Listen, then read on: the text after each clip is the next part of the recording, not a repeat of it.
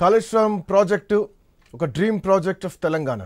అట్లాంటి dream project కోసం సాయశక్తుల కృషి చేసి ఆ ప్రాజెక్టును అతి తక్కువ కాలంలో నిర్మించి, బ్యారేజీలు నిర్మించి, కెనాల్స్ నిర్మించి, కాలువలు నిర్మించి, పంప్ హౌజులు నిర్మించి, సబ్ స్టేషన్లు నిర్మించి, సో తెలంగాణ ప్రజలకు నీరందించాలన్నటువంటి లక్ష్యంతో కాళేశ్వరం ప్రాజెక్టును కట్టడం జరిగింది.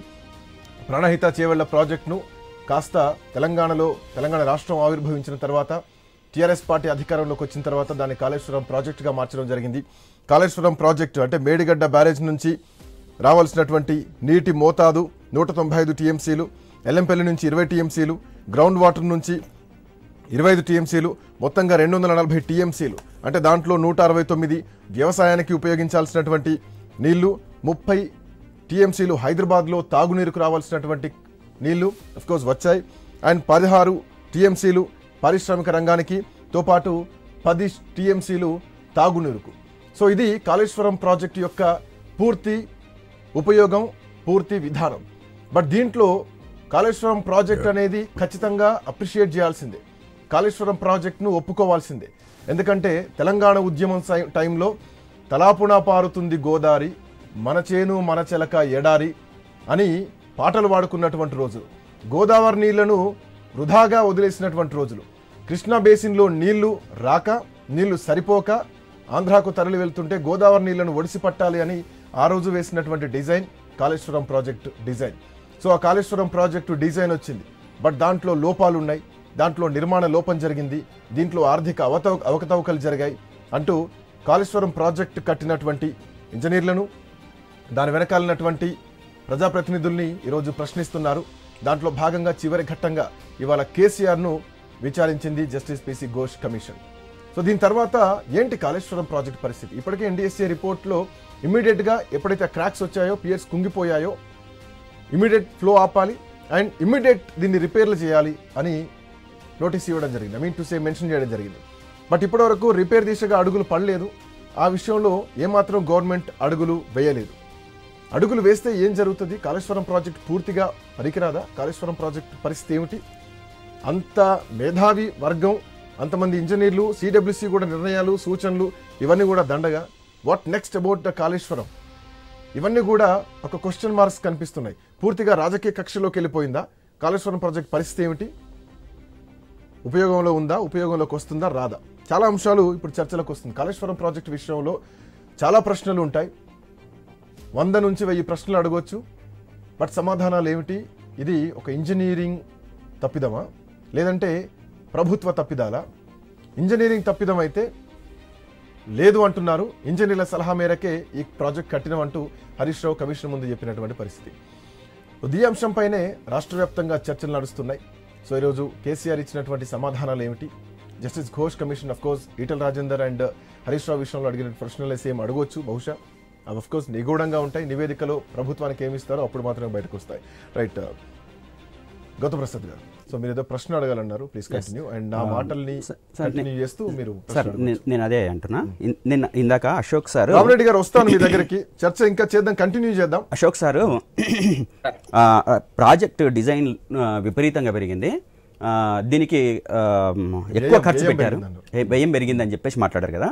ఒక్కసారి సార్కు నాకు క్లారిఫై చేయాల్సింది ఏంటంటే, మొదట కాళేశ్వరంకు అంచనా వ్యయం ఎంత, పూర్తి అయ్యేటప్పటికి ఎంత అయింది ఒకసారి చెప్పమనండి వ్యయం ప్లీజ్.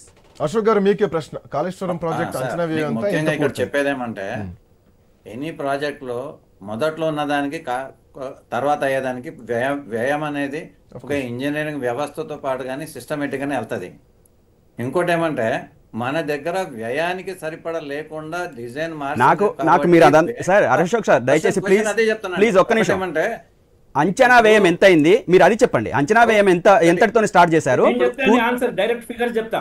ఒక విషయం అండి, ఒక విషయం చెప్పండి రామరెడ్డి గారు చెప్పండి. ఎందుకు మార్చినారు చెప్పండి. రిపోర్ట్ సమ్మరీ పాయింట్ ఎగ్జిక్యూటివ్ సమ్మరీలో ఉంది. ఈ మొదలు కాంగ్రెస్ గవర్నమెంట్ 16,500 కోట్లు, తర్వాత 38,500 కోట్లు మారింది. కేసీఆర్ కాళేశ్వరం ప్రాజెక్ట్ తీసుకున్నాక 81,911 కోట్లు అంచనా, మొదలు అంచనా. కాగ్ రిపోర్ట్లు ఏంటంటే, అయిన పనికి పెండింగ్ పనికి 1,47,427 కోట్లు అవసరపడతాయి. రిపోర్ట్ లో ఇచ్చింది. 1,81,000 కోట్ల నుంచి 1,47,000 కోట్లకు పెరుగుతుంది అని. అది మీ ప్రశ్నకు answer. Okay okay, thank you Ramireddy గారు. అశోక్ గారు ఒక్క నిమిషం మీరు ఆగాలి, ఎందుకంటే మీరు మాట్లాడిండ్రు, చాలా విషయాలు మాట్లాడారు. నేను మాట్లాడతాను ఒక్క నిమిషం. సార్ మీకు నేను బాగా తెలుసు, బట్ మీరు గుర్తుపట్టరేమో, నేను మీకు 3 సార్లు కలిశాను. అశోక్ సార్, గౌతమ్ ప్రసాద్ సార్, నేను ఒక విషయం చెప్తాను. నాగార్జున సాగర్ ప్రాజెక్టు కట్టినప్పుడు మొదటి అంచనా నాగార్జున సాగర్ 1954లో కట్టారు. దాని మొదటి అంచనా ఎంతో నేను చెప్తా చూడండి. 122 కోట్లు ఫస్ట్ అంచనా వేసింది. మొదటి సవరణకు వచ్చేటప్పటికి ఎంత అయింది తెలుసా? 163,54,00,000. ఇది 1968లో జరిగింది. తర్వాత 300, ఇది రెండవ సవరణ, 312 కోట్లు 0.47 ఇది 1974లో జరిగింది. మూడవ సవరణ 1183.94 లక్షలు. అంటే ఇక్కడ మొదట ఎంత 122 కోట్లుంటే పూర్తి అయ్యేటప్పటికంటే 1100 కోట్లు అయింది. ఇది ఎన్ని రెట్లు పెరిగిందో మీరే అంచనా వేయండి. నంబర్ 1 శ్రీరామ్ సాగర్ ప్రాజెక్టు 40 కోట్ల రూపాయల 13 లక్షలతోనే మొట్టమొదటి అంచనా అయింది. మొదటి సవరణలో ఎంత చేసిండ్రంటే 1,519 కోట్లు 0.15 లక్షలు. ఇది 1992లో జరిగింది. 4,300 కోట్లు రెండవ సవరణ జరిగింది. 4,300 కోట్లతో శ్రీరామ్ సాగర్ ప్రాజెక్ట్ కంప్లీట్ అయింది. జూరాల ప్రాజెక్టు 70 కోట్లతో స్టార్ట్ అయింది. నేను ఇక మధ్యలో చెప్పను. 70 కోట్లతో పూర్తి అంచనా వేశారు. 1,815 కోట్ల రూపాయలతో పూర్తి చేశారు. పులిచింతల 565 కోట్లతో స్టార్ట్ చేశారు, అంచనా వేశారు. 1,816 కోట్లతో పూర్తి చేశారు. అంటే ఇక్కడ 70 కోట్లు ఎక్కడ, ఇక్కడ 1,800 కోట్లు ఎక్కడ, మీరు చూడండి. అంటే ఏది జూరాల, అదేవిధంగా పులిచింతల. సింగూరు చూడండి 29 కోట్ల 25 లక్షలు 1975లో. అదేవిధంగా 1991 వచ్చేటప్పటికంటే 169 కోట్లు 29 కోట్లతో అంచనా వ్యయము పూర్తి అయ్యేటప్పటికంటే 169 కోట్ల రూపాయలు అయింది సార్. ఇది నేను ఇస్తున్నది కాదు, ఇది సోర్స్ ఆఫ్ గవర్నమెంట్ నుంచి తీసుకున్నది, నేను ప్రత్యేకంగా తీసుకున్నది కాదు.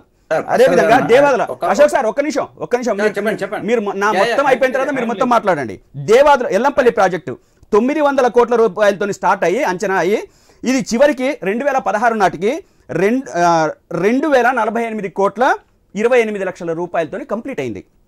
ఇది ఎన్ని రెట్లు పెరిగింది అంటే నాగార్జున సాగర్కి ఏమో 9.7 రెట్లు పెరిగింది, శ్రీరామ్ సాగర్ ఏమో 107.15 రెట్లు పెరిగింది, జూరాల 25.9 రెట్లు పెరిగింది, పులిచింతల 3.2 రెట్లు పెరిగింది, సింగూరు 169.5 రెట్లు పెరిగింది, ఎల్లంపల్లి 5.7 రెట్లు పెరిగింది, దేవాదుల ప్రాజెక్టు 6,016 కోట్లతోని స్టార్ట్ చేయాల్సింది అంచనా వ్యయంతో 17,500 కోట్లతోని పూర్తయింది. దేవాదుల 6,016 కోట్లతోని మొదటి అంచనా. అదేవిధంగా చివరికి వచ్చేటప్పటికంటే 2024లో కంప్లీట్ అయింది 17,500 కోట్ల రూపాయలు, 2.91 రెట్లు అంచనా వ్యయం పెరిగింది. మీరు ఇక్కడ మా అంచనా వ్యయము, మా ప్రభుత్వం అంచనా వ్యయం 81,911 కోట్ల రూపాయలు. మేము పూర్తి చేసే నాటికి ఈ కాగిచ్చింది అది సంపూర్ణంగా కాదు, 93,000 కోట్ల రూపాయలతో పూర్తి చేశాం. 93 లేదా 98 లేదా 1,00,000 కోట్లు. అంటే ఇంకొక ప్రశ్న, మీరు క్వశ్చన్ అడిగారు, అశోక్ గారు సమాధానం చెప్తారు. మీరు ఇన్ఫర్మేషన్ ఇచ్చారు. సో ఇన్ఫర్మేషన్ తోటి అశోక్ గారు ఒక్క నిమిషం, ఆయన ఒక ఇన్ఫర్మేషన్ ఇచ్చారు. అశోక్ గారు ఒక్క నిమిషం. ఎంత వ్యయం పెరిగింది కాదు, కార్పొరేషన్ వేసిన దానికి వ్యయానికి అవుట్పుట్ చేసిన దానికే చెప్పారు. ఇక్కడ ఏంటంటే క్వశ్చన్ ఇస్ ఎందుకు పెరిగింది, దానివల్ల పోయిందని నేను అంటం లేదు. ఎట్లాగన్నా ప్రతి దానికి అంచనా వ్యయానికి కానీ అంతిమ వ్యయానికి డిఫరెన్స్ ఉంటుంది. ఆ అంతిమ వ్యయానికి అంచనా వ్యయానికి మధ్యలో ఏదైతే డెవలప్మెంట్ ఉన్నదో దాన్ని కన్సిడర్ చేయాల్సిందే. ఓకే, అందుకే సబ్ కమిటీ ఫామ్ చేయడం జరిగింది. కానీ ఇక్కడ క్వశ్చన్ ఏమంటే వెదర్ దీన్ని కార్పొరేషన్ ఎంతవరకు మీరు ఎన్ని ప్రాజెక్ట్ మీరు చెప్పినారో ఏది కూడా కార్పొరేషన్గా కన్వర్ట్ అవ్వలేదు. నాగార్జున సాగర్ కాలేదు, మిగతా ఏ ప్రాజెక్ట్ కాలేదు. కాబట్టి నేను కార్పొరేషన్ కన్వర్ట్ చేసుకొని నేను డబ్బులు సంపాదిస్తాము, నీళ్ళు అమ్మేసాను, ఒక క్లారిఫికేషన్ ఉందో దాని విషయంలో నేను చెప్పినాను. ఈ రోజు కార్పొరేషన్ పరిస్థితి, that's what I want to make it clarity. Thank you. Ashok sir, corporation ఏర్పాటు చేసిన దాని వలన ఏం జరిగిందో ఒకసారి నాకు చెప్తే ఏం జరిగింది కార్పొరేషన్ ఏర్పాటు చేయడం వల్ల ఏం నష్టం జరిగింది? ఒక నిమిషం టైం అయిపోదు, రామరెడ్డి గారు కంటిన్యూ అవుతుంది, టైం ఏమైపోదు. ఒక నిమిషం నేను రామరెడ్డి గారి దగ్గరికి వెళ్తాను. రామరెడ్డి గారు ఇది రాంగ్ ఇన్ఫర్మేషన్ ప్రజలకు పోతా ఉంది. నేను ఎందుకు పెరిగింది కూడా చెప్తాను. నేను ప్రాణహిత చేవేళ్లకు ఎన్ని టీఎంసీల నీళ్లు, కాళేశ్వరం ప్రాజెక్టులో ఎన్ని టీఎంసీల నీళ్లకు అంటే అంచనా వ్యయం పెరగడానికి కూడా కారణం చెప్తాను. విన్న జలాశయాల సామర్థ్యము ఏది ప్రాణహిత చేవేళ్లకు 16 టీఎంసీలతోనే అంచనా ఉంటే మన రీఇంజనీరింగ్లో కాళేశ్వరంకు 141 టీఎంసీలు. అదేవిధంగా నీటి వినియోగము 160 టీఎంసీలు ఏది ప్రాణహిత చేవేళ్లకు. కానీ కాళేశ్వరంలో నీటి వినియోగం 240 టీఎంసీలు. ఇక్కడ 160 టీఎంసీలు ఎక్కడ, 240 టీఎంసీలు ఎక్కడ? దీనికి అంచనా వ్యయం పెరగదా? అదే ఇక్కడ ప్రాజెక్ట్ తప్పుపట్టేది కాదు. ఈ ప్రాజెక్ట్ కట్టిన విధానాన్ని అంచనా వ్యయం పెరిగింది ఖర్చు. రామరెడ్డి గారు పాయింట్ ఏంటంటే ఒకటే చర్చ. రామరెడ్డి గారు చాలా సేపు ఉండని అవసరమైతే ఒక 15 నిమిషాలు పెంచండి. చర్చ చాలా సీరియస్ గా ప్రజలకు చేసే ఒక పని జరుగుతా ఉంది. ఆయన వర్షన్ కూడా తీసుకుంటాను.